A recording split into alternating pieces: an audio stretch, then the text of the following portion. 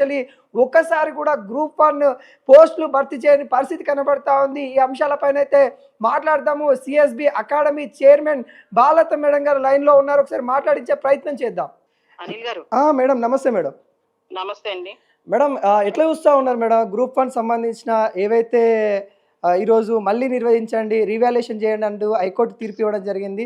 వాటిని ఎలా చూస్తూ ఉన్నారు? ఇది టీజీపీఎస్సీకి ఒక పెద్ద దెబ్బ అనుకుంటున్నానండి. అండ్ టీజీపీఎస్సీ ఏదైతే మెరిట్ లిస్ట్ ఇచ్చిందో దాన్ని కోర్టు పక్కగా పెట్టింది. అండ్ వీలైతే అన్ని ఆన్సర్ షీట్స్, మెయిన్ స్క్రిప్ట్స్ అన్ని కూడా మళ్ళీ తిరిగి రీఎవాల్యుయేట్ చేయాలని చెప్పి కోర్టు ఆర్డర్ చేసింది. అది కుదరకపోతే మళ్ళా 8 మాసాల్లోపు ఎగ్జామ్ పెట్టేసి రిజల్ట్స్ ఇవ్వాలని చెప్పి కూడా కోర్టు చెప్పింది అనమాట. ఇదంతా మామూలు ప్రాసెస్ కాదు. ఈ ఎగ్జామ్ పెట్టడం, ఇంత పెద్ద స్థాయిలో నిర్వహణ చేయడం అనేది అంత ఈజీ కాదు. రెండోది, అటు పాస్ అయిన అభ్యర్థులకి, ఇటు ఫైట్ చేసిన అభ్యర్థులకి అందరికీ కూడా ఒక కన్ఫ్యూజన్. ఈ 6 నెలలు 7 నెలల నుంచి కూడా విపరీతమైన కన్ఫ్యూజన్ లో ఉన్నారు.